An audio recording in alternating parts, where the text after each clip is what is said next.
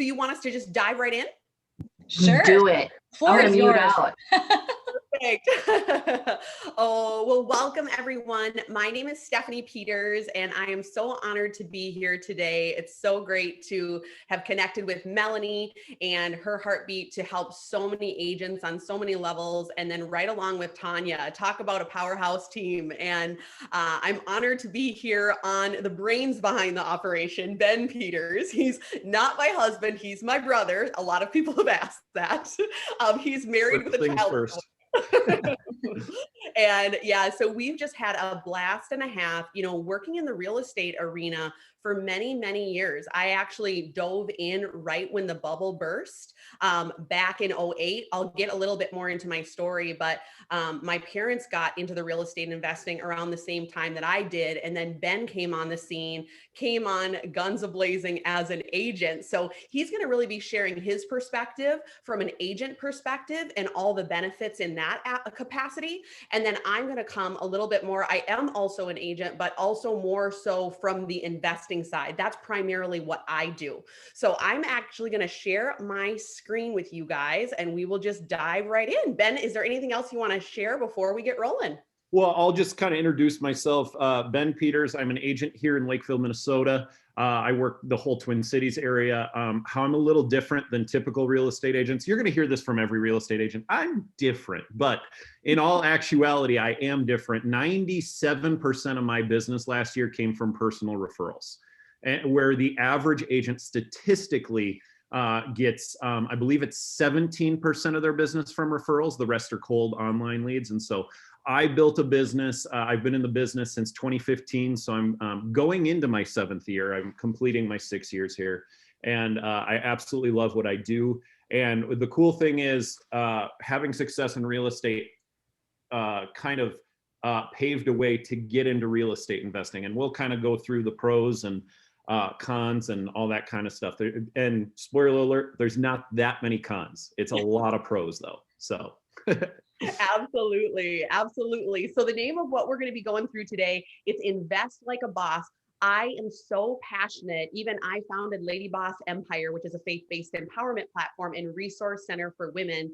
And essentially what we do is we bridge the gap between where women are and where they ultimately want to go and give them the tools and resources to build out those streams of residual income. And so really real estate has been one of my best and strongest ways to leverage my time as a busy professional and grow my wealth. And I love to pay that forward, not only to lady bosses, but to bosses at large. So we will just start rolling through. So what we're going to be going through today is talking about how to create multiple streams of residual income, so many different ways of how to do that. Also, reaping the benefits of a diversified portfolio. Some people are drinking the Kool-Aid in Airbnb or the BRRRR strategy or the buy and hold, and that's awesome. Like if that's the lane, I always recommend starting with one lane and driving it hard, getting to know it on another level, but don't stay there.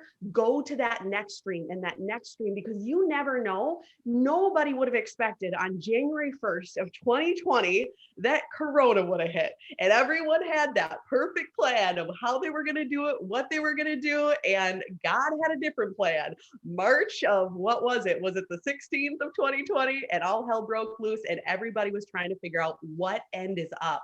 And so we want to make sure that you don't find yourself waking up one day up a creek without a paddle and you're like, where do I go from here? And ask yourself, who moved my cheese? And so we really want to help you to dig your well before you're thirsty and give you lots of strategies to do that and set goals like a boss. Go for it, Ben. Yeah. And I'm going to also say, like, we've had success in real estate. We've also had failures in real estate.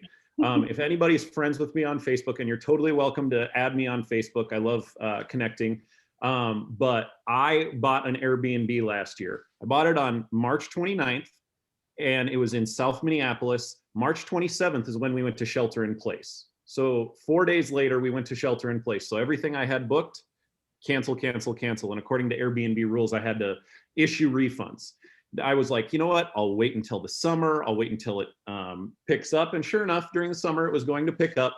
All of a sudden, George Floyd riots happened in South Minneapolis, and cancel, cancel, cancel, cancel. And so We're going to share our success stories, but we're also going to share our failures because, hey, I don't want you to fail like I did. My sister, my parents have done amazing in Airbnb. I have not. And so we're going to share what we've learned, what we've not learned, all that kind of stuff. Absolutely, 1000%. Like if you look at my Airbnb on paper, you'd be like, Steph, you slayed it. You don't know the backstory, and I'm going to tell you about that in a couple minutes. But yes, Ben has been a very, very successful high producing agent for a number of years, and from the investing space. I'm a best-selling author of the book Unleash Your Lady Boss, and my newest book is The Boss Life Blueprint. And I've just been a serial entrepreneur since I've been 18 years old. And I wanted to do a fun giveaway here today. So if you want to tag, and actually, Ben, I didn't put your handle in here, so you can share your handle as well. But we want this to be group participation. We want to connect with you guys. We not only want to help you here on this platform, but we want to help you as you dive into your real estate investing venture and building out your portfolio. So if you decide that you want to tag myself at ladyboss_SP, and then Ben, if you want to put yours in the chat, of your Instagram handle with your biggest takeaway. You can take a screenshot of maybe one of your favorite slides. My assistant will send you my book. You can just send me a message at ladyboss_SP and tag me, and we would love to, help you on your real estate ventures. And I'll tell you, like even my book, Unleash Your Lady Boss and the Boss Life Blueprint, isn't specific to real estate, but it's building your empire at large. So, I'm telling you, best deal on the internet right here. 3 books. Okay, best deal on the internet. There you go. Ben always keeps me humble. I love that 3-year-old younger sibling of mine. So, well, I love the way that Warren Buffett says it. If you don't find a way to make money while you sleep, you'll work until you die. Now, I will tell you that's probably not the most positive thing that you want to, post on your wall and like really think about. But at the end of the day, let's really think about reality. And it's true. Like I remember graduating from high school, transitioning over to college, and knowing I didn't want to work for the man. I didn't want to trade hours for dollars. I didn't want to join the 40-60-40 club where you work for 40 years, 60 hours a week, and then you retire on 40% of the income that most can't even live on in the first place. I wanted options. I wanted freedom. And my guess is if you're on this Zoom and you are really looking to take your real estate empire and, your business as a real estate agent to that next level, my guess is you don't want to get trapped in that either. And so what are our options? And so Ben is going to be going through the cash flow quadrants. And these are the ways that we essentially make money. And this actually, I love Robert Kiyosaki, the cash flow quadrant book. So Ben, take it away. Yeah, and that's what I was going to say. If you're looking at like, hey, how do I like escape the rat race? Robert Kiyosaki's book, Cash Flow Quadrant, and this is where this comes from. So you have 4 ways to essentially produce income. Okay, you've got the employee. This is where you work for something on an hourly basis. Okay, you have a job. You have no leverage because as soon as you walk away from your job, you are not producing income. Okay, so there's the employee. The amount of active work determines your income, okay? Then you have business owner in the top right, okay? You own a system, you have leverage. This is like, you own a restaurant. Have you ever talked to a restaurant owner? It's craziness. A lot of times they can't just take a step back. Your income does not depend on active work necessarily. It depends on how successful the business is. And so that's business owner, upper right-hand corner. Bottom left-hand corner, and this is what I know, and hopefully I think we have majority realtors here on the call, self-employed. Okay, we own a job, but the thing is there's not as much leverage. The amount of active work, again, determines your income. Now, we do have some more flexibility. As you know, as a realtor, a lot of times nothing great happens before 10 a.m. So you can sleep in if you want to, but if you're not setting your day up for success, you're not getting things done. Okay, that's self-employed. And then on the bottom right-hand corner, investor. You own investments. This is where you leverage what you have earned. Your income does not depend on active work. And this is ideally, if you want freedom in your life, this is what you want. This is what I call mailbox money. You open up your mailbox, hey, there's a check there. I'll cash that check. I'll deposit that check. That's where everybody wants to get to. Yep. And there's lots of different ways of even building out teams and different things to be able to leverage and help everyone get ahead. So I really love to get started with the mindset of what you need to be successful. And one of my favorite books as far as money mindset is called Secrets of the Millionaire Mind by T. Harv Eker. And I love one of his quotes is training and managing your own mind is the most important skill you could ever own in terms of both happiness and success. You know, even like with KW, I love KW because of the fact that they're always talking about personal development with a pay plan attached, which is so true. So being able to post those wealth building affirmations, like you will only go as far as the lid lets you go. I'm a certified John C. Maxwell coach, and that's one of the things that we talk about is the law of the lid. You can only take yourself, you can only take your team to that level that you allow yourself to go. So always be growing and always be learning. And I have from day one been teaching multiple streams of residual income.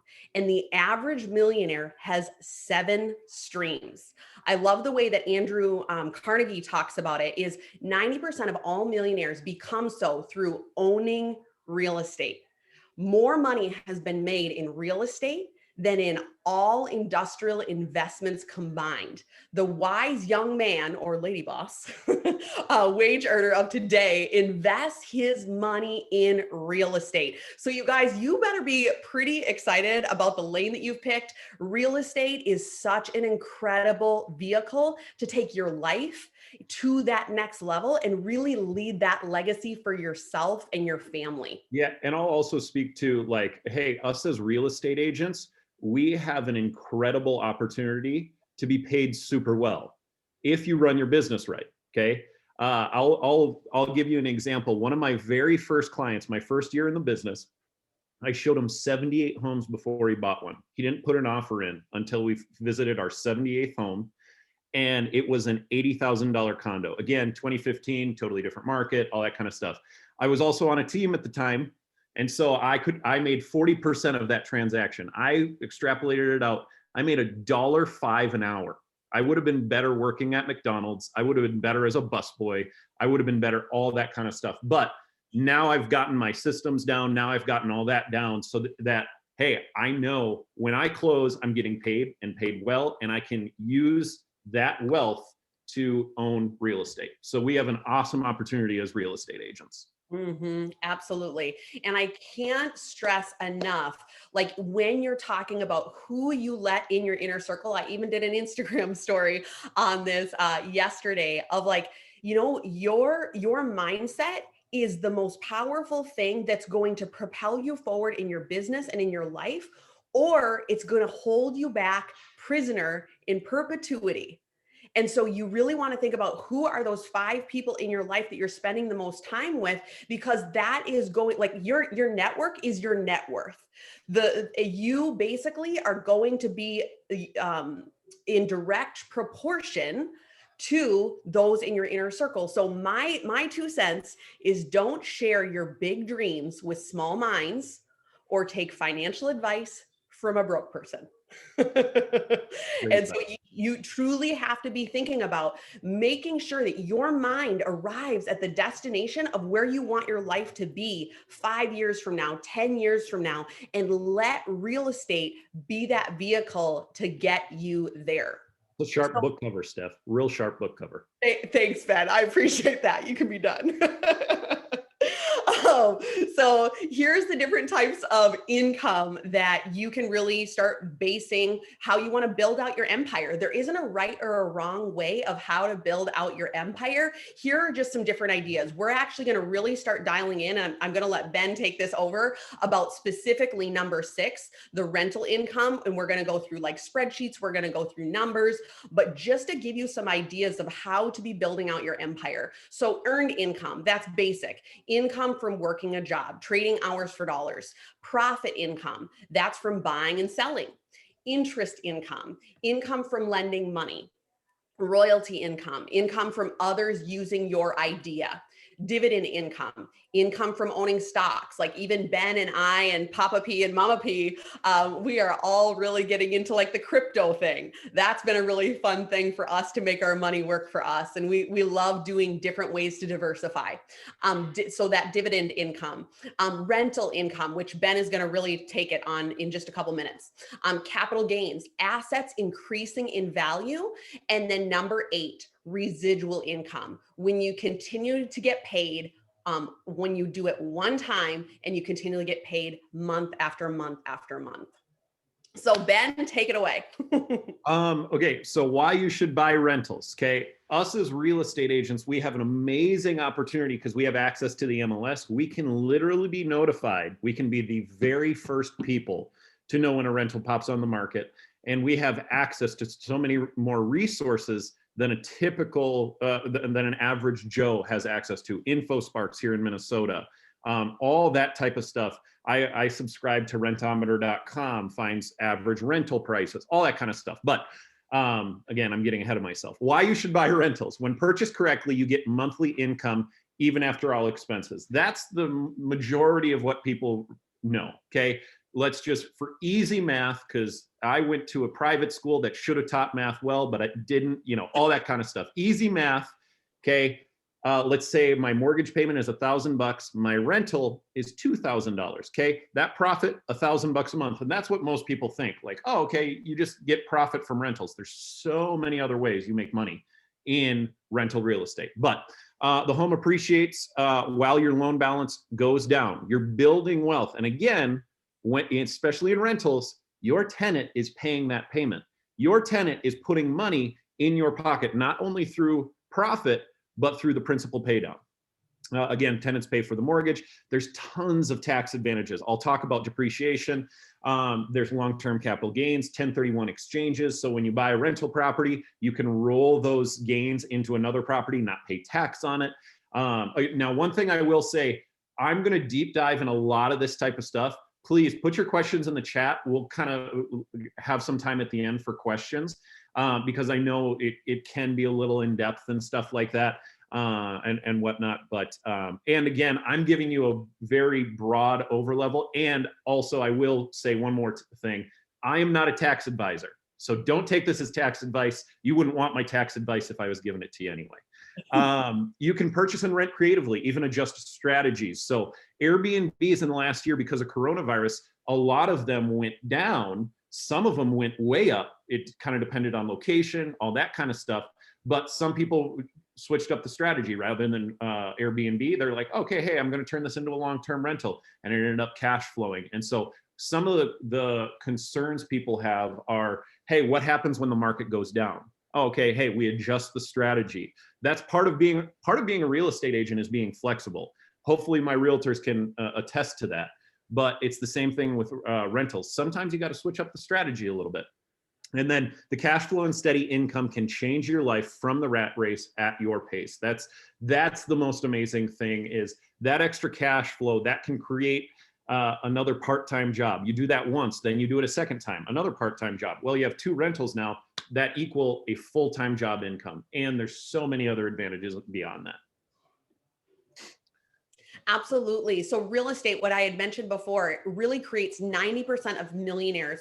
So Ben is going to go through the 5 ways you can make money. There are actually more ways, but we wanted to keep this under the time frame that Melanie gave us. So first, starting off with profit, principal pay down, depreciating the house, appreciation of the asset, and interest deduction. All right, I'm going to try and keep this in layman's terms as much as possible, okay? Okay, profit, like we talked about, this is the easy thing. This is what most people understand. Okay, my mortgage is $1,000. I'm renting it out for $2,000, just for easy math. Okay, my profit on that, $1,000 a month. Yeah, there might be some other expenses, some maintenance expenses, that kind of stuff, but the profit is rent minus your payment. That's profit. Everybody gets that. But the second area that you can make money in real estate is you got the principal pay down. So of that $1,000 a month, some of it's going to principal. Now, Tonya will be able to tell you your loan is kind of front end loaded with interest. And so of that $1,000 payment, your very first month, yeah, maybe 200, 300, 400 of it is going towards principal. Now, here's the thing about that people don't realize. When you sell the house, you're going to get that principal back, okay? It's just, 10 years down the line when you sell it, 30 years down the line when you sell it. I'm buying rental properties that I'm going to give to my kids. So I'm probably never going to sell mine personally, but it also depends on your situation, all that kind of stuff. So every month that tenant pays, they're paying down that principal. That really is going into your pocket. You just don't realize it until you sell the asset. Third way that you can do this now, depreciation of the house. Depreciation is one of those things that is kind of hard to understand. So I'm going to try and break it down very, very, very basic. Okay. So the IRS allows you to depreciate a house, a rental property, over 27 and a half years. Why 27 and a half years? Who the hell knows? I think they just picked a number out of the air. Okay. But so let's just round it for easy numbers. You buy a $270,000 house. Okay. You can depreciate that over 27 and a half years. So if you round it, you can depreciate $10,000 every year. What does depreciating $10,000 every year mean? What does that mean?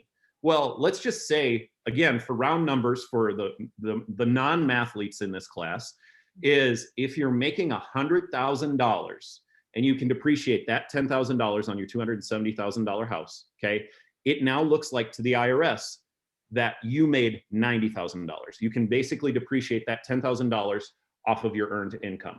And so that's why so many real estate investors pay very little in taxes, because they have all these properties depreciating their wealth. And this is one thing, when some people hear this right away, they're like, is that illegal? No, that is totally legal. The IRS wants real estate investors because it provides housing for people. Because without real estate investors, there wouldn't be enough housing for people and there'd be a ton of homeless people out on the streets. So hopefully that makes sense about depreciation. Now you have the appreciation of the asset. Us as realtors, we should know this, okay? According to Keeping Current Matters, you should follow them on Instagram if you don't. Minnesota, the average Minnesota homeowner gained $21,000 of equity last year. 21,000.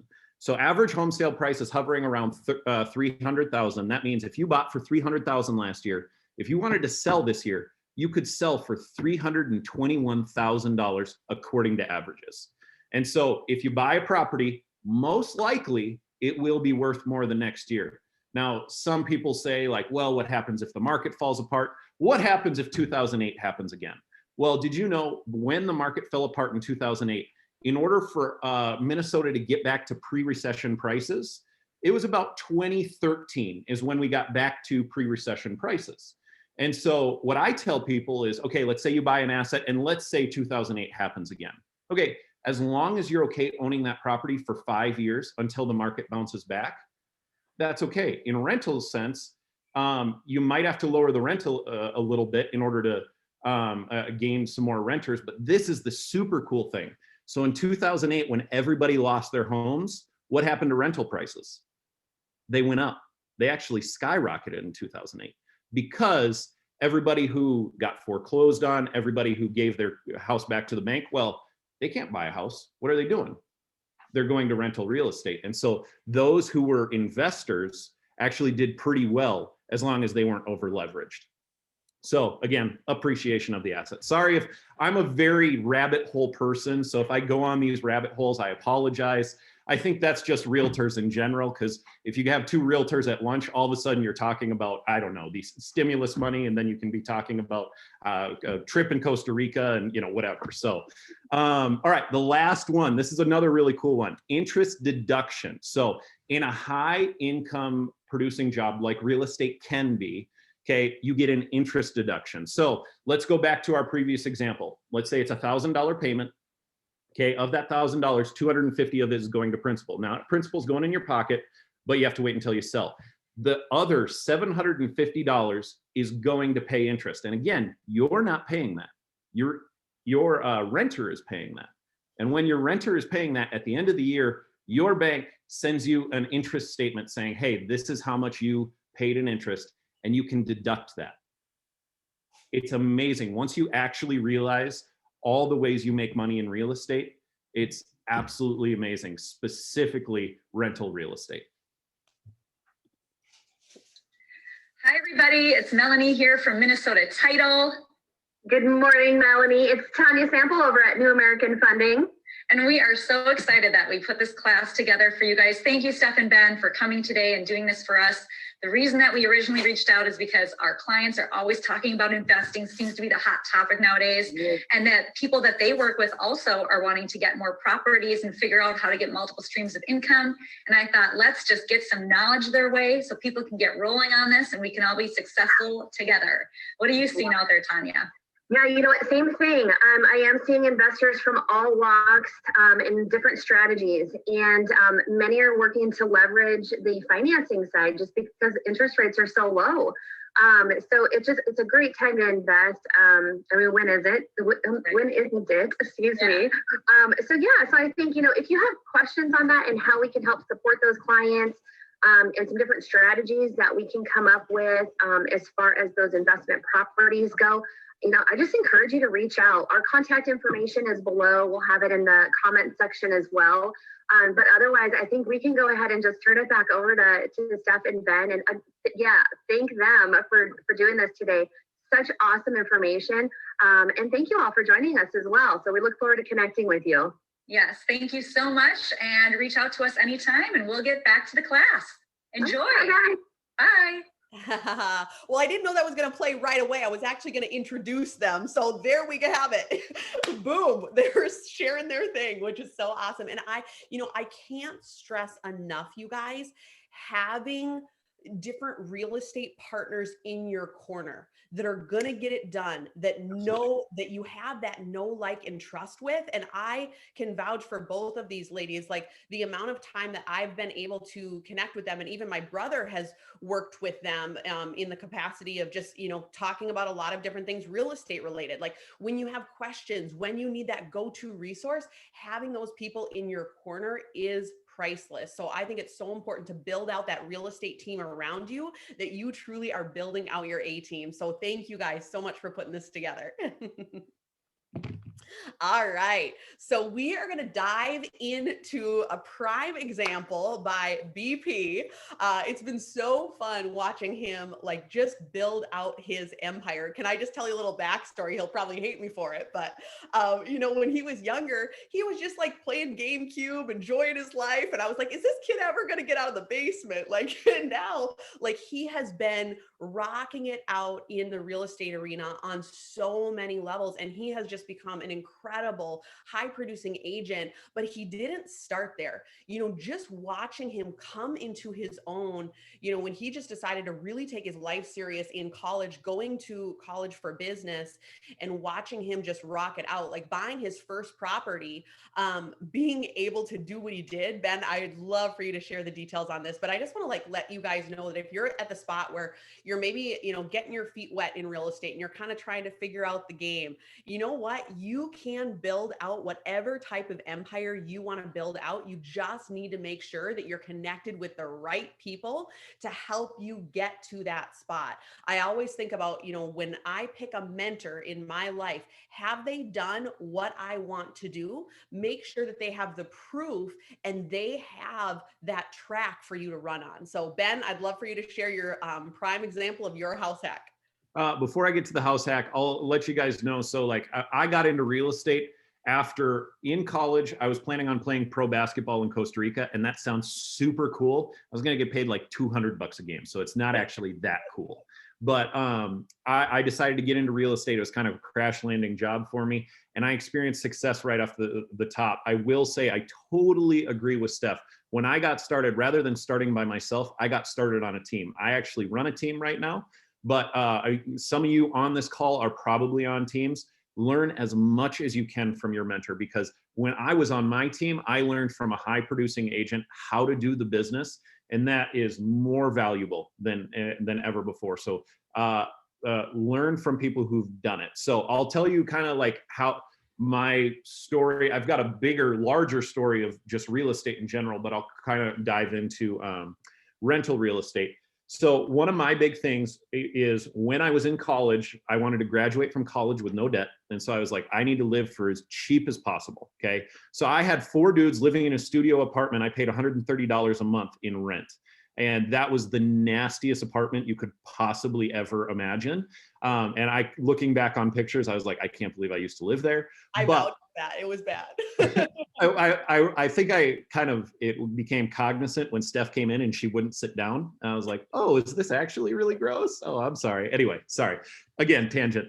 But once I got out of college and I got into real estate, I was like, okay, hey, the typical real estate agent, 80% of agents won't have their license in 24 months. So I was like, okay, hey, there's a chance that I'm not going to have a lot of closings. So I need to bring down my expenses as much as possible. So when I bought my first house, I house hacked it. Okay. That we'll talk about duplexes, we'll talk about townhomes, but what a house hack is essentially you rent out individual bedrooms in that particular house. Because at the time I graduated from college, I was single. I knew a bunch of other single dudes. And at the time, like right now in the Twin Cities area, if you want to rent a 1-bedroom, if you want a decent 1-bedroom, you're paying $1,200 a month pretty easily. And so I went to all my friends and I was like, hey, I'll charge you $700 a month. It's a flexible lease. You just have to give me 60-day notice when you move out. And so I had a bunch of single dudes who were like, oh, absolutely, I can save a bunch of money. I live with other guys, you know, it'll be a good time. So I bought a 4-bedroom house and I rented the other 3 bedrooms out for $700 each. So I had a $1,300 payment. So I was cash flowing $800 a month while I was living for free. Now I looked at this as like, okay, if I'm living on my own, I'm paying minimum $1,000 a month. So now instead of living in a condo by myself, paying $1,000 a month, I now am getting paid $700 and I'm paying myself an additional $1,000, putting it in a bank account and basically treating myself as a landlord. And so that radically changed my financial future because of that reason. I took away my house payment. What's your biggest expense on a monthly basis? It's either house payment, it's either rent payment, mortgage payment, whatever. That's typically your biggest expense, except for those of you that might have crazy amounts of college debt, but that's a whole other conversation. So that changed my life because I now live for free. I make money on where I'm living, and I'm additionally paying myself. So now I'm socking away $1,800 a month to buy another rental property. And that's what really changed my life. So I'm going to go through this spreadsheet here. Hopefully you can read it. So I did refinance my this Talon Trail. That's my townhouse. I still house hack it, but when I moved out, I rented out the other bedroom. I did up the payment because I went to a 15-year loan. I rent out just 3 other bedrooms right now. So I profit on that particular house $413 a year or $413 a month. So yearly, that's just shy of $5,000. Okay, that's a solid part-time job. Okay, when I got married, my wife did the same thing. She bought a townhouse, rented out the 3 other bedrooms. So her payment $1,450, rents it out for $2,050 between the 3 bedrooms. She profits $600 a month. That's $7,200 a year. So between our 2 townhomes, we make, call it about rounded up, we go to $12,000 a year. That's a great part-time job. Okay. Now, what I did is when I was living for free, I socked money away. I bought my first duplex. I couldn't quite afford it on my own. So I bought it with my best friend, 3507. I've now refinanced him off of it. So I'm the sole owner. But it was a $220,000 duplex in South Minneapolis, a $1,300 payment. I rent just one of the duplex units. For those who don't know what a duplex is, it's 2 units. This particular one, it's unit 1 on top, unit 2 on bottom.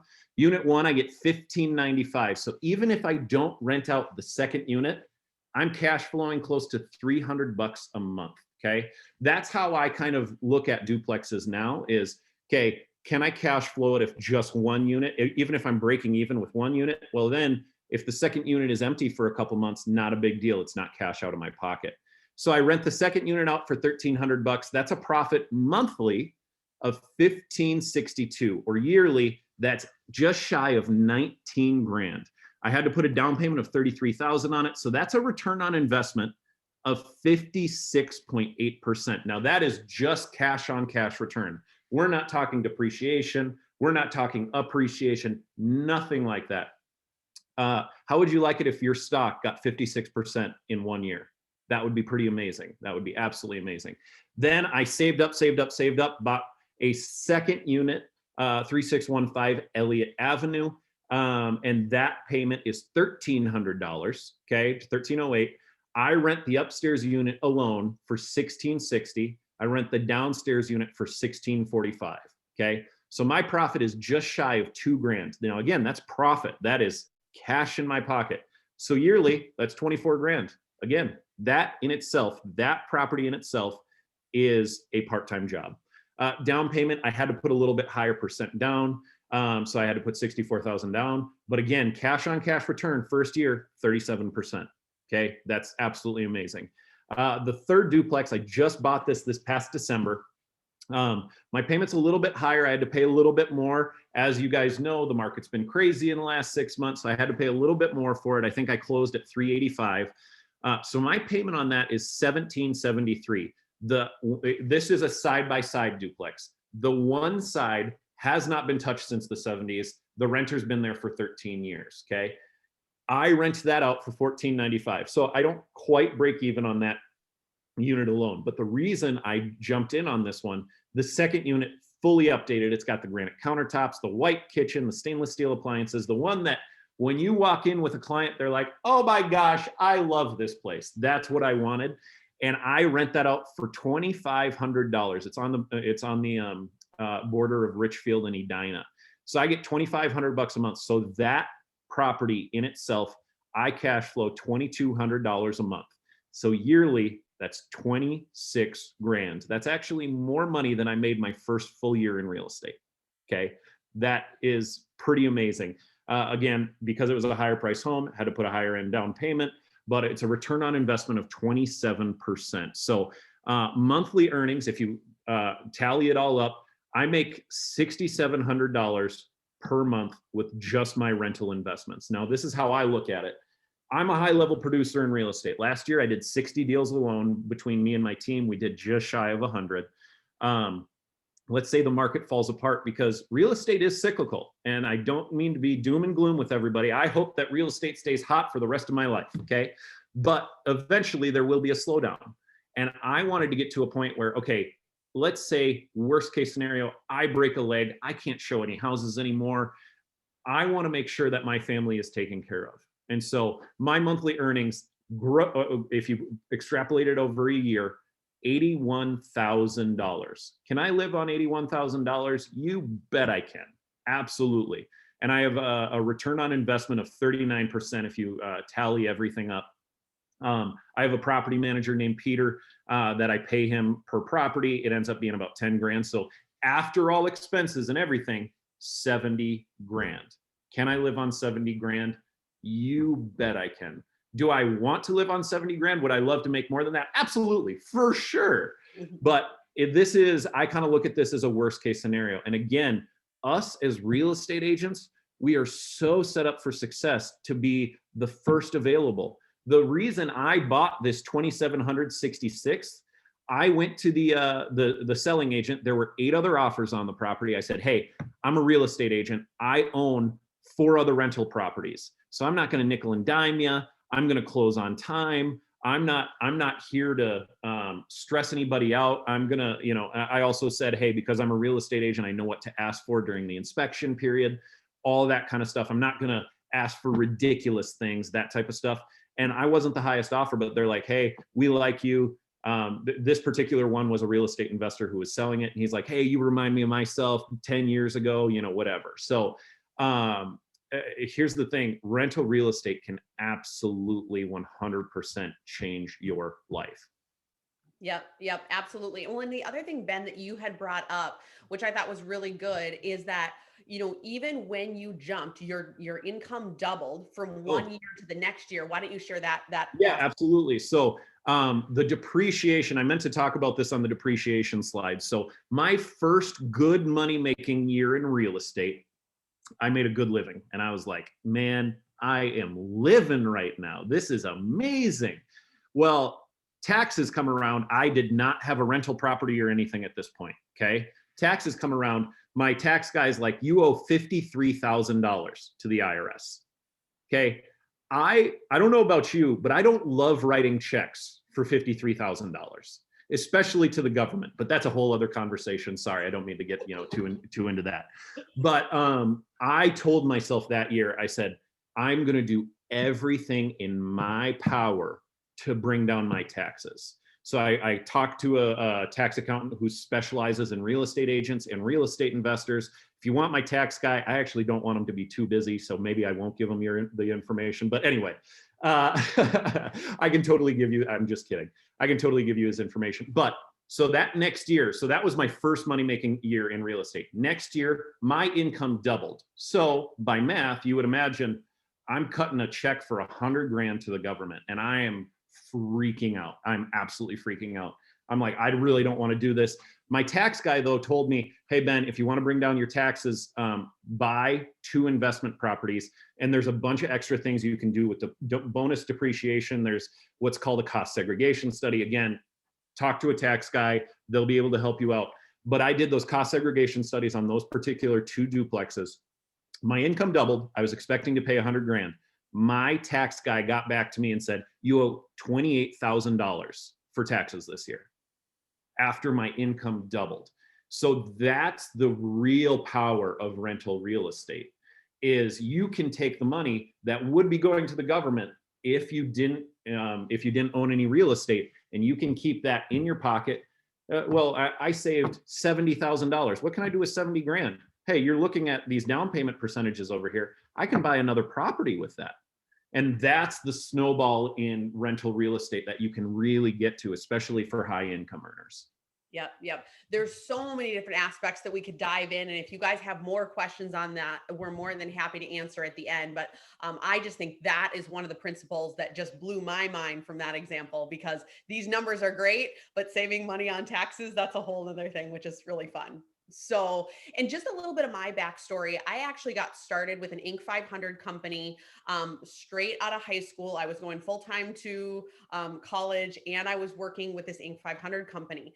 And in my young 20s, I hit some success. And so I made my first $1 million in my early 20s. And that is right when, the bubble burst, and I got to the point where I was like, okay, I definitely think I've always been intrigued by the real estate arena, but I think I want to start diving into it. So I bought my first investment property in 2008 in a good economy before it collapsed. It was going for $225. I bought it for $105, and it cash flowed from day one. And then as it cash flowed, I kept putting all that money in a savings account until I got to that next point where I could buy my next investment property, and my next and my next and my next. And it just kept snowballing, property after property after property. And it's just been so cool watching that build itself out. And so many, especially women, now not guys somewhat, but I think especially for women, they're like, oh, that just seems so overwhelming. Or, I don't even know how I get started. My best advice is just start. Tap into Melanie, tap into Tanya, ask the questions, talk to myself or Ben or other people that have invested in real estate. It's really not all that scary. It just is a little bit bigger in our minds than we think. But when we really break it down, like even let's just play devil's advocate and say you buy one investment property and you don't do anything else. Think about if you pay that off and that cash flows, and that's a great investment strategy and a nice retirement strategy. That's not going to take care of your income, but it's going to give you, a great time where you can maybe go on a couple of extra cruises. You can maybe take the kids to Disney World. Like it just gives you extra money, or give more to your church, go on a mission. Like, I don't know what your thing is, but it just opens up the doors of opportunity of what's possible in your life. And to me, I'm like, you know what? As far as I know, we're going around this planet one time. We might as well make this good life a great life and give it all we got and be able to pay that forward to so many other people. So just a little bit of my backstory of how I got started. I just bought townhomes because I'm that type of girl that Ben knows me. I don't like details. I'm the big vision girl, and I love to enjoy my life and work hard and be in the sunshine. I actually, when the weatherman came on in Minnesota, he said, "Congratulations, Minnesota. You've broken the record for number of days below zero." That, in my opinion, is not a record that needs to be broken. So I literally, at the age of 30, sold all my stuff besides my real estate portfolio. And I said, I'm out. I'm moving to Florida full time. And I flipped a condo in that area, but I still kept my investment properties. And the power of my investment properties, even in Minnesota, nothing that I own in Florida, but even if I just had my investment properties, let alone my other streams of income, I could run a life that's sustainable just off of the residual of the properties that I own in Minnesota. So it's really being able to think about the big picture of where you want to be 5 years from now, 10 years from now, 15 years from now, and really be able to leverage your time. So actually back in 2020, I had seen so many of my friends that were starting to make some really good income with Airbnb.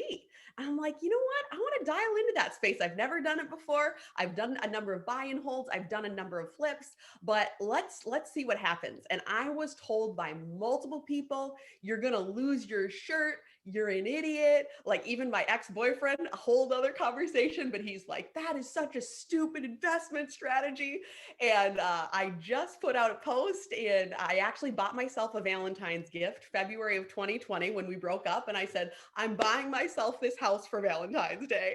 And come forward, to February of 2021. And I looked back on the gross that I made on that stupid investment property, and it grossed almost 6 figures. So I said in the post, I think I'm going to buy myself another stupid investment property.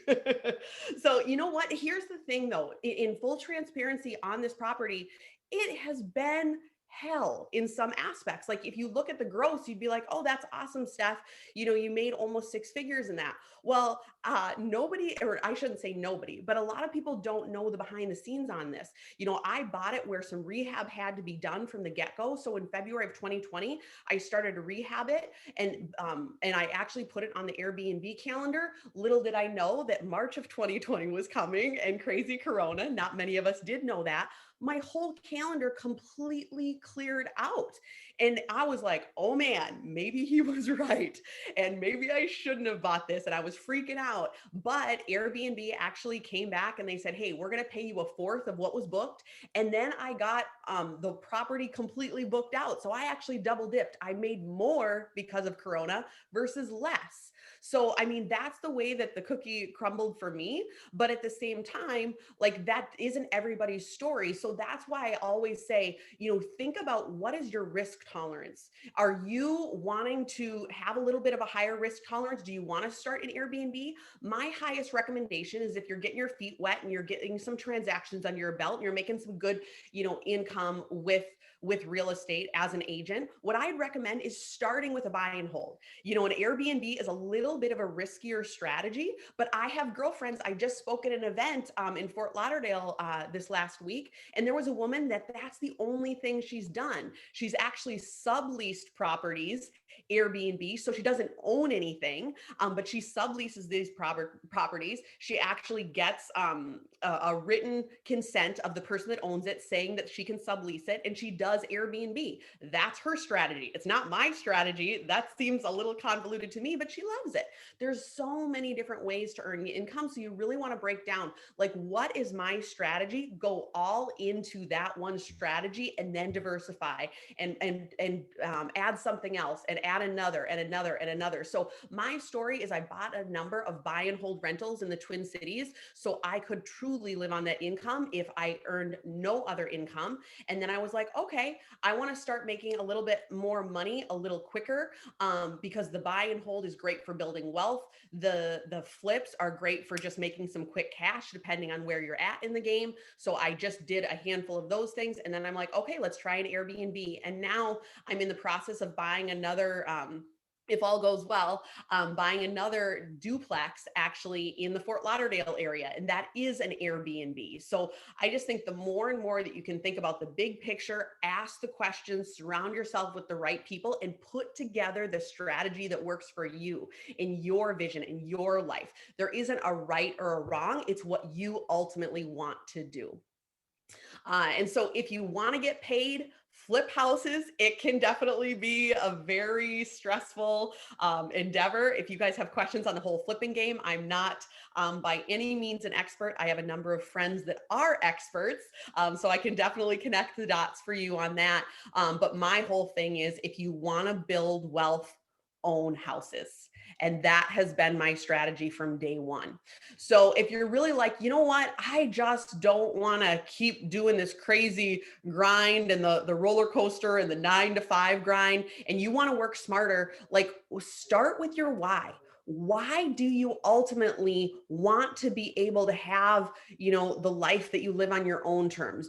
How do you want to break away from the rat race? Do you want more time freedom? Do you want more financial freedom? Like, is there a mission that God has put on your heart that you're like, you know what? I've always wanted to go on this mission trip. I've always wanted to donate more to my church. I've always wanted to go to Fiji with my wife or with my husband, or like, what is that thing that's going to get you out of bed in the morning? Because you guys know even better than I do, as an agent, there is going to be time where you question your ability and you question all different things in the real estate arena. But if you keep putting one foot in front of the other and you ground yourself in your why, all bets are off in what you truly can accomplish. So really starting out, you really want to be thinking about, if you want to take out a pen and paper, this is where it really starts to get granular. How does this apply to you in your life? I am always asking my team in my former business, which I still work, and my business that I work in now, in the coaching that I do, is defining what is your financial freedom number. So really breaking that down, it's as simple as this. How much income needs to come in monthly, residually, to cover your cost of living? And this really can give you a baseline to work towards, so that you have that in the forefront of your mind saying, by 2022, in February, whatever that deadline date is, this is how much I want to be making residual income in order to have that, even just freedom. For me, I'm a single gal living on my own. Security is really important to me. So knowing that even just rental incomes, or with the company that I was with before, knowing that even one of those income streams, let alone any others, can cover my base, that was so important to me. So I built towards that. Well, and I also want to say, like, again, there's more than one way to skin a cat. What a terrible phrase. Why would anybody ever come up with that phrase? But anyway, sorry. There's more than one way to build wealth in real estate. So a good example, me and my wife, we bought a new build.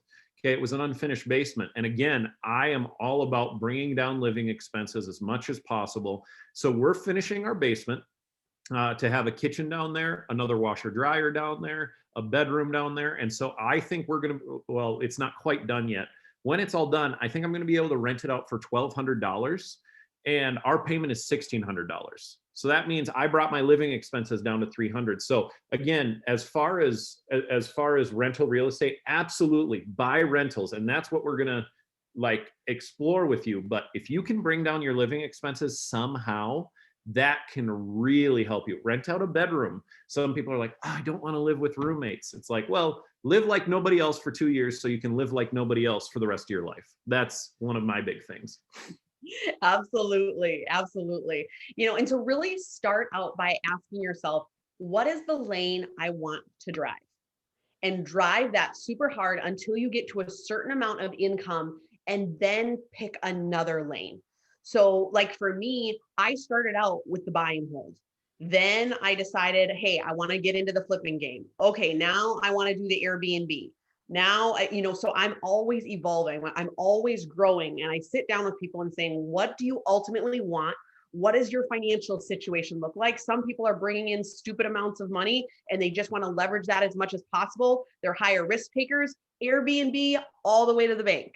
But then there's that other person that's like, hey, I'm just dipping my toes in real estate, trying to figure this whole thing out. Well, awesome. Maybe you should start to house hack, whatever that thing is. And if you guys need help, we're more than happy to break down what that would look like for you. Well, I'll even say we have different strategies within our family. So my duplexes that I own, the first two duplexes I bought were built in 1900 and 1904. Okay.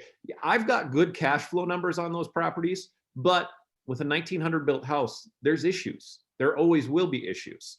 And I have no problem dealing with that because I have high cash flow numbers. My dad, on the other hand, he owns 20 to 30 rental properties all through the Twin Cities, pretty much all townhouses. Now, there's tons of real estate investors who are like, oh, I don't want townhouses. The association fee cuts into your profits, all this kind of stuff. My dad passes those association fees on to his renters. Almost all of them pay them. Okay. And the great thing about townhomes, it's so low maintenance. What's the worst thing that can happen in a townhouse? Furnace goes out. That's your most expensive thing that can happen.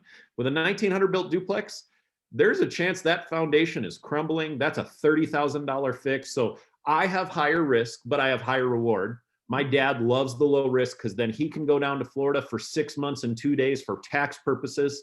And then he can just live off of his whole goal is to just cash flow $500 a property. You saw my spreadsheet. I'm cash flowing anywhere 1,500 to 2,000 to 2,200 per month. And so it kind of depends where you're at in that. And then Steph kind of has a hodgepodge of a bunch of those things. So you can have a different strategy as somebody else. I know tons of real estate investors who do amazing with Section 8 because they're like, hey, it's guaranteed by the government. I know I will get paid every single month that renter is in there. And so there's so many different avenues that you can do. I love that, Ben. And I love that you brought that up. Like, I definitely am a hybrid between Papa P and BP. They're definitely, we all have our certain thing that works for us specifically. But like, even my podcast on the Boss Life podcast, all of last year, I interviewed different people and their strategies. And you guys, it was crazy hearing the plethora of, one of my girlfriends in Missouri, she kills it in student housing. And even like, she was very concerned that things were going to flip upside down with Corona. It actually got stronger for her, and then there was another gal that decided she wanted to go like all into like the wholesaling arena, and she was killing it in the wholesaling arena, and I had my bout of wholesaling last year, figured out that was not my thing. I learned some great things about it. I'll leverage my money and work with wholesalers, but I am not a wholesaler. So, you got to figure out what works for you. So next step, once you figure out, this is my why, this is what I want to do, this is my lane, this is what I want to drive, then you guys know this as good as I do, is get pre-qualified. Talk to Tanya, and really figure out like, what can I actually bring to the table? And there's so many different ways to figure out the best strategy that works for you in getting pre-qualified. There's so many different ways to fund. Then next up, I think this is really important. The MLS is awesome. I utilize it all the time. But I have found in business and in life, your network is your net worth, like I said before. And that's why, like, even at the beginning of my first business that I ran, I was networking like I was running for governor, because I'll tell you, you can find some really good deals on the MLS, maybe not so much right now. You sometimes have to pay top dollar, but I will tell you, there's some amazing off-market properties that have been my best returns on investment. So being able to network, going to like Minnesota REI groups, they're in many, many states, Facebook groups. I've actually found some really good business connections and real estate connections, just even saying like Minnesota real estate. There's going to be so many groups that pop up there. Network. Meetups. I know that that's not so much an opportunity in Minnesota, but if you come to Florida, there's lots of things open here. Go ahead. Oh, sorry. With Zoom, it's always weird trying to interject. But one thing that I found, especially as real estate agents on this call, as soon as you own one rental property, you now have clout with real estate investors. Okay. I work with tons of real estate investors. I've got 8 active real estate investors right now. And this is the great thing about real estate investors. When they see a property they love, they have already decided, usually before you even walk through the door. Okay. Compared to a first-time home buyer where you have to show them, my first-time home buyers, anywhere from 10 to 20 homes before they're ready to pull the trigger.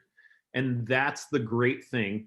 If you're trying to grow your business, hey, buy a rental property and then sit down with a real estate investor And when they're like, why should I use you compared to my friend? Oh, I own a rental property. I know how to lease to tenants. I know how to screen for tenants. Oh, here's some issues I've run into. Okay, immediately they're looking at you as a resource rather than, oh, I'm just going to use my cousin because I want to support him and, you know, all this kind of stuff. Okay, that real estate investor's cousin, probably an idiot. There's a ton of idiots in real estate, okay? So that's why I'm just get started. Buy one real estate investing property and it will open up the doors. And like I said, at any one time, I'm working anywhere between 8 and 10 real estate investors. And this is the best part. Real estate investors will buy 4 homes from you in 1 year, okay? Rather than the first time home buyer, they buy 1 home. Well, chances are they'll contact you 3 to 5 years down the road. But real estate investors, they're wanting to build their net worth and build it quick. So that's a whole other avenue to expanding your business. But you have to have the know all, the wherewithal to talk to those real estate investors.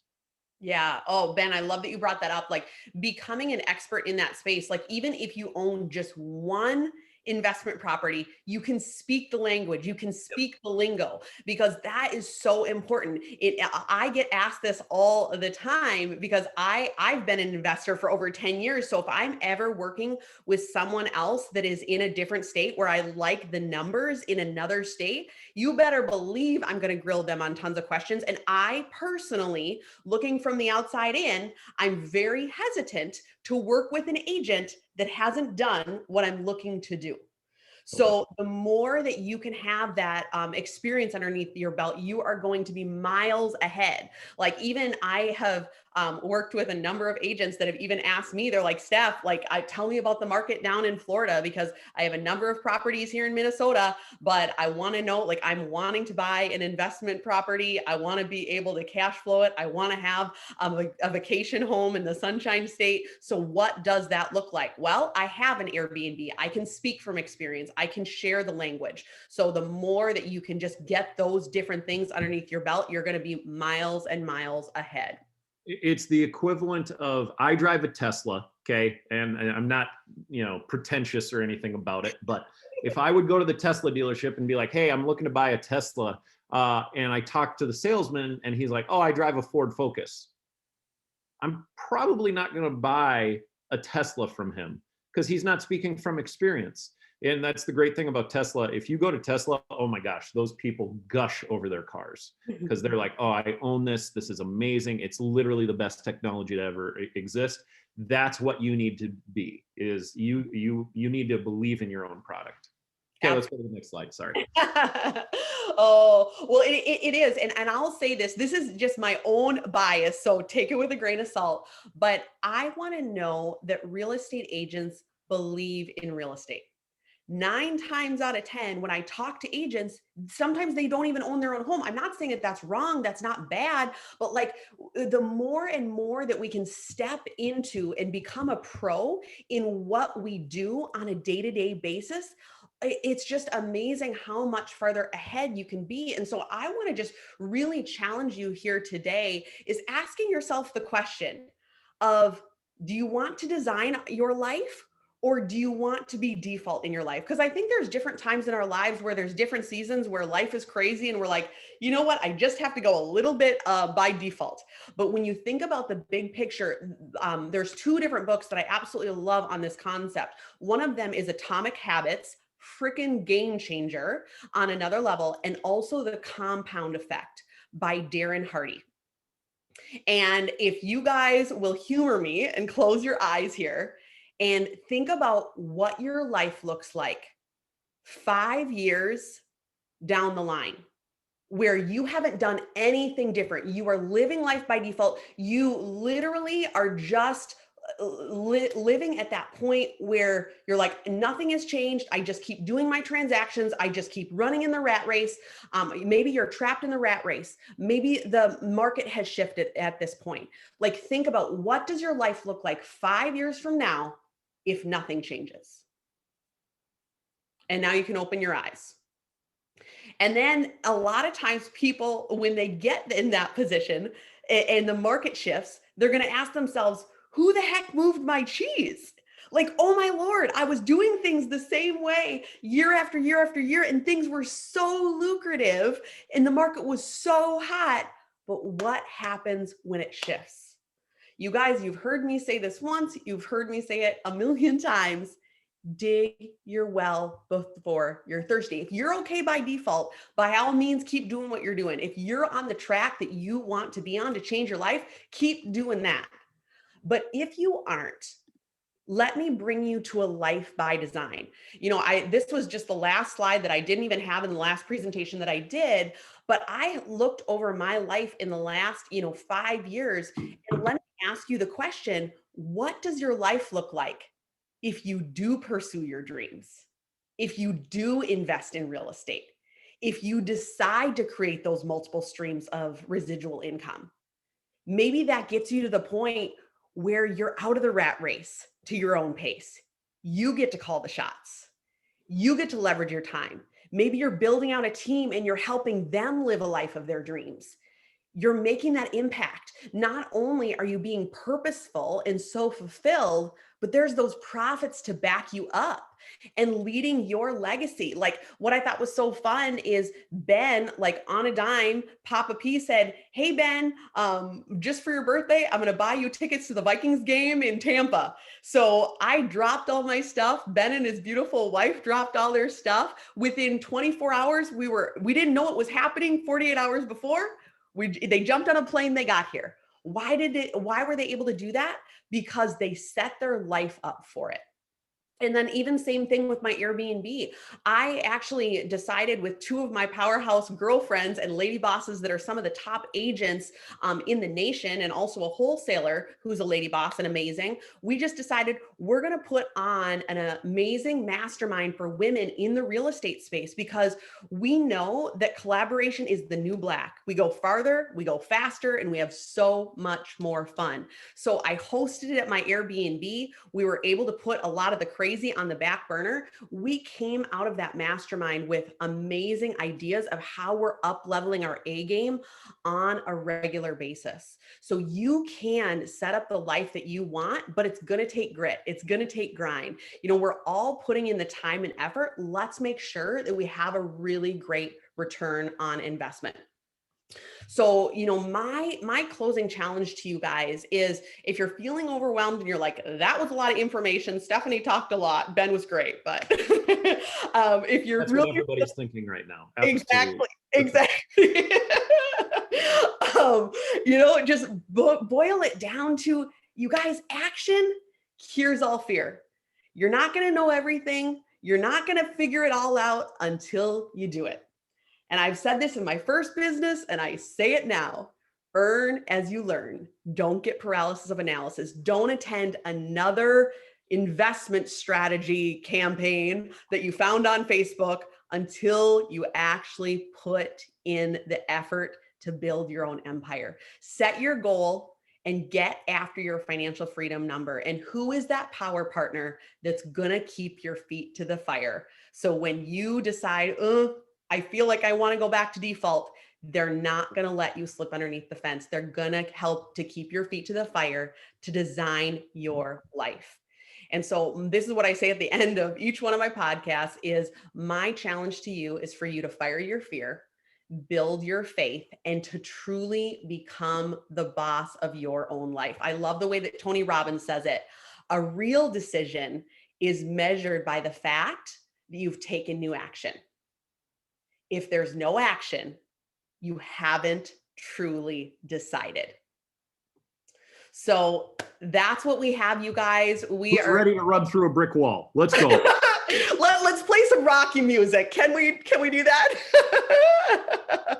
So guys, we're going to open it up for Q&A here. I hope that was valuable to you guys. So I'm going to stop my share, and yeah, we'll go from there.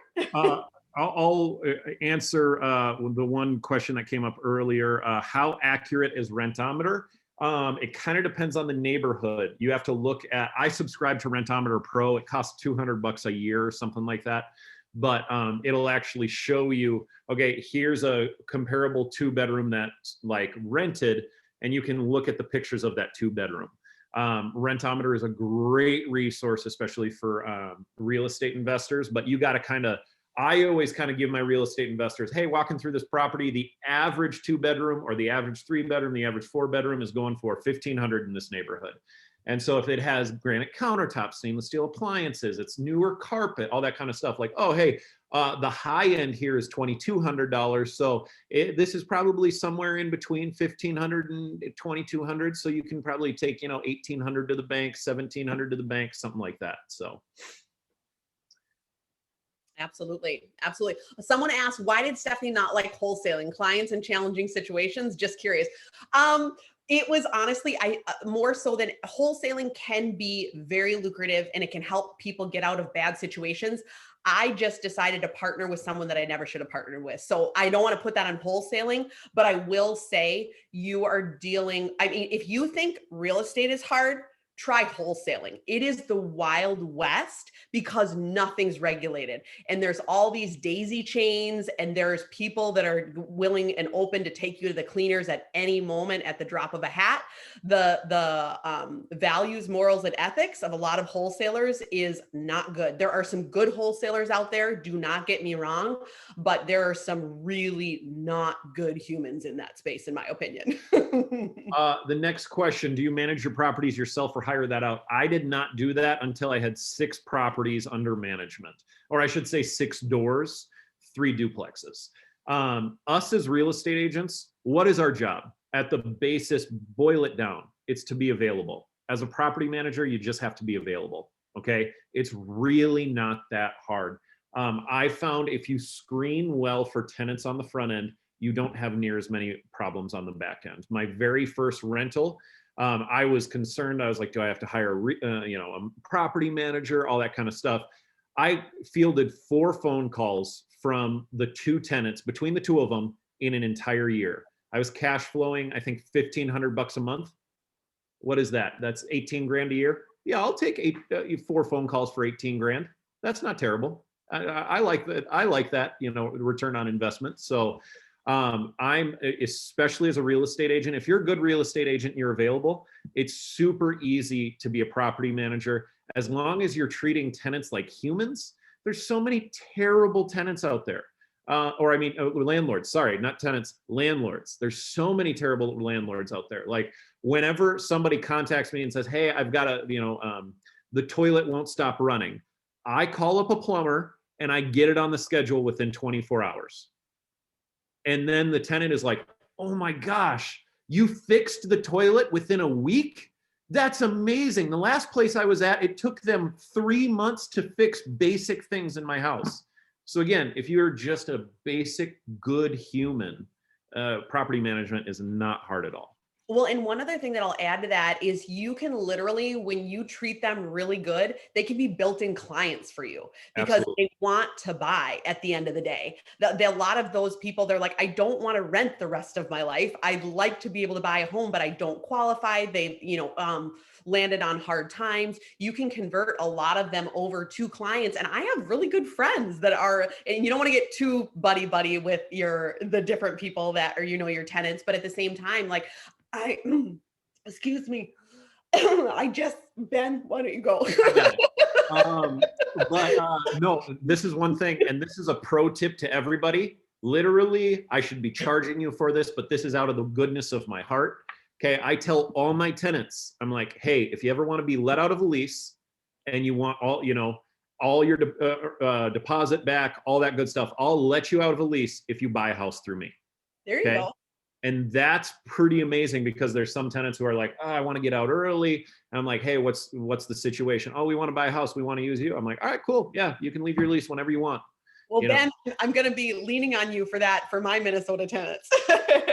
But one thing that I was going to add to that, sorry about that, with all of my buy and holds, I am quote unquote the property manager, but I have like a house cleaner that does the quick flips of them. And then also I have a go-to guy, Malcolm, that basically I give them his phone number that if anything goes wrong, he helps them to troubleshoot. And he isn't on retainer as a property manager. He's my handyman. So that's kind of the way that I get around it. And then, Malcolm will text me, what about this? What about that. So it takes me a little bit out of the situation so that they know that I'm as a resource, but I'm not like getting that call at 3 a.m. that the toilet broke. Malcolm takes care of it. And if it's anything else, then he can take that next step or get in touch with me. Now, I will say the flipping space, that's a whole nother animal. That takes a lot of grit and a lot of know-how. Make sure that you have a good contractor. Did I mention this about the Airbnb? I got taken to I have never lost in real estate except with my Airbnb. I hired a guy that I thought was amazing. He did great in February of 2020. I brought him back to do some more rehab in August of 2020. He walked away, MIA, thousands of my dollars. I still to date don't know where he's at. So you want to make sure that you get 3 different references, that you actually are on the phone with someone that has had a great experience with that person. Because you might have 1 or 2 people lie to you, but to get 3 in a row lying to you, maybe not so much. So do your due diligence as far as contractors go. And then as far as the Airbnb space, I'm not a huge details girl. So once again, I do not want to be doing the ins and outs in the Airbnb. I do have a property manager for my Airbnb. It's just too many questions because it's more of a short-term rental thing. And that's just not my thing, but maybe you love that. Some people are really into hospitality. More power to you. Elizabeth, what advice you give someone that checks all the boxes for pre-approval, but who's self-employed? Would you suggest working a 9 to 5? So that's where it comes down to working with a good loan officer, okay? If somebody's self-employed, the thing that sucks about self-employment, you got to wait for 2 years of tax returns. There are some little ways around that, but that's pretty much, again, Tonia's going to be a better resource for this than me. But for the most part, if you're working with a good lender, whether they're self-employed or 9 to 5, a good lender is going to be able to get them pre-approved either way. But again, usually it's a 2-year income history, but sometimes you will get into situations where it's like, hey, let's get the pre-approval before you file taxes because you have a bunch of, all that kind of stuff. Again, talk to lenders about that. If a client has a question like that with me, like, hey, should I get to a 9 to 5, all this kind of stuff, I always say, hey, talk to Tonia. Talk to my dedicated lender because they're going to be able to walk you through a whole lot better than me. Yeah. And I just wanted to add to that too, it comes down to that strategy and identifying what do we need to do if we're not quite ready now to make this happen? What do we need to do to make it happen? And maybe that is part of the conversation. Yeah. But another thing that you can do is when you're purchasing these investment properties, we will also allow a certain percentage of that rental income to be used to help offset that monthly debt payment too. Yeah. Yep. So there's ways that you can make this happen and help it offset the income for something that you typically don't have history in, right? And so that will help as well. So yeah, reach out if you have some questions on that, Elizabeth. Yep. Teresa, if you're going to buy into 5-plexes, how I understand it, now I've only bought up to quadplexes, so 4 units. If you have a 5-plex, I still think that falls under residential. Once you get into 6+, then you get into the commercial space, you get into commercial leases, a whole other animal, a whole other area of real estate. Now, technically in Minnesota, if you have your license, you can do residential, you can do commercial. I've done 1 commercial deal, but I told my client, I'm like, hey, residential's my thing. If you want me to find you a commercial agent, they were like, oh, we love you. We love your team. We love your vision behind your team. We want to support you. And I'm like, hey, just so you know, I'm walking brand new through this, all that kind of stuff. And in that case, I used a commercial agent and was like, hey, let's split this thing half and half and you walk me through this. Because again, it's all about finding your zone of genius in rental real estate, also in real estate. And for me, that's residential because commercial is just a whole other animal. Yep, love it. Any other questions out there? Oh, I got one. Here we go. What would you recommend for a first-time home buyer who's planning on making their first property a full rental? Oh, that's actually amazing. So let's say you're getting a duplex. So me as a real estate investor, if I'm to buy a duplex, 25% down.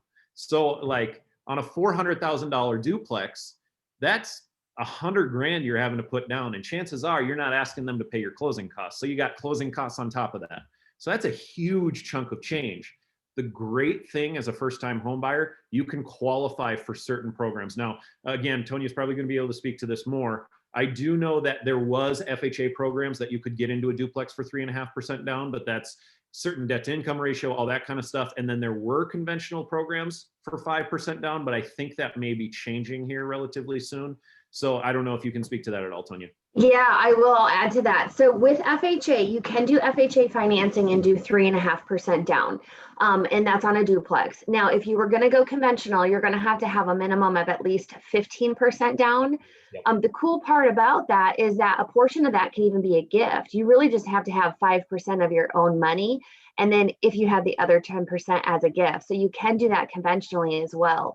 So yeah, I think that was as far as, and then even if there was down payment assistance programs, you can even use that. So many of you may be familiar with the Minnesota Housing, MHFA. Yep. That's a program that someone can use as a first-time home buyer. I've done that on duplexes before to help them. They just have to meet the income requirements. And so that other unit that's going to be rented, that monthly income is going to be calculated into that overall income requirements for the down payment assistance program.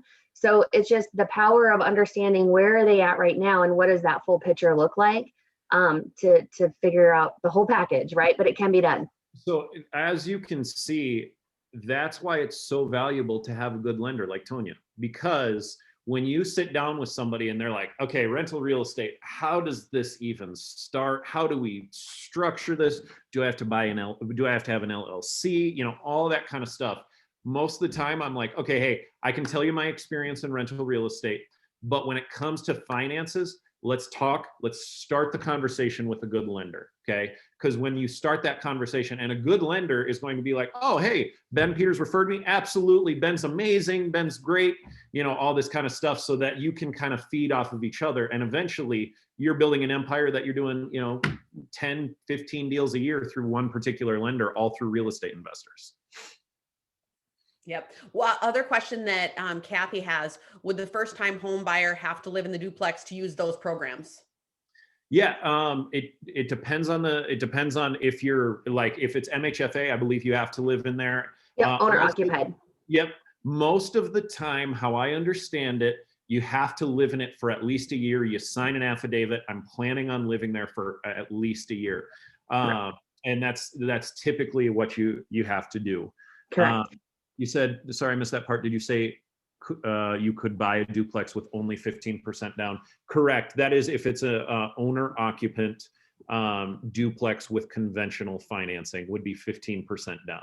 That is correct. For a good program app to determine if a rental is good. I don't know if I understand, what do you mean by if a rental is good? Are you saying from a cash flow perspective? Or are you saying from hey, from face value, this looks like a good rental? I'll tell you this, when I walk through a property, I'm looking at the 5 majors. For me, as a rental landlord, I'm looking at windows, because windows aren't as big of a deal in rentals if they're paying for their own utilities, okay? If you have to, as the landlord, have to pay utilities, you want good windows in there, because you're losing all your heating and cooling. And if you're paying for that as a landlord, that's profit out the window. But if they're paying for utilities, well, if you have windows that leak heat, who cares that much? Because the tenant's on the hook for that. Now, if a tenant's like, oh my gosh, my utility payment is $300 a month, yeah, you're probably going to want to replace windows. Otherwise, you're not going to keep good tenants in there. So it's kind of one of those types of things. But in terms of cash flow, that's a great question.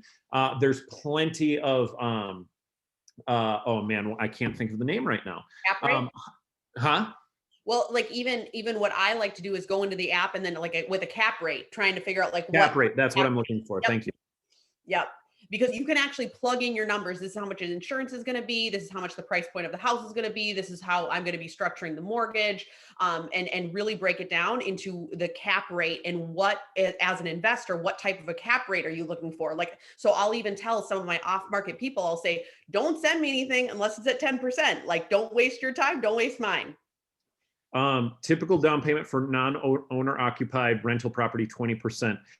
For single family, you can do 20%. For multifamily, if you're getting into duplex, triplex, quadplex, at least 25%. Is that correct?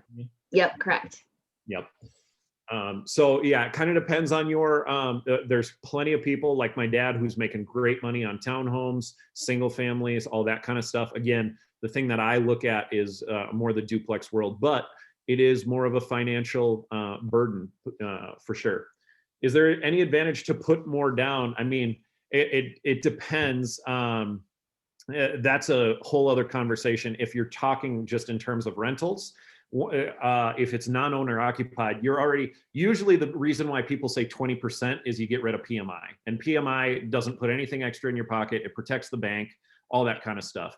After 20%, it really comes down to, okay, return on investment. All right. Like if I put 100 grand down and this is cash flowing 2 grand a month, okay, I get my 100 grand back in 4 years, basically. Okay, yeah, that's a pretty good return on investment, where it's a very case-by-case basis. And you have to look at, okay, if I put 80 grand down, if I put 50 grand down, if I put 20 grand down, when do I get my money back? Mm-hmm. And then you might have a sliding scale of, oh, okay, hey, it doesn't make sense to do 100 here. Hey, let's put, 50 grand down on this one or whatever. Yeah. And right now money is so cheap.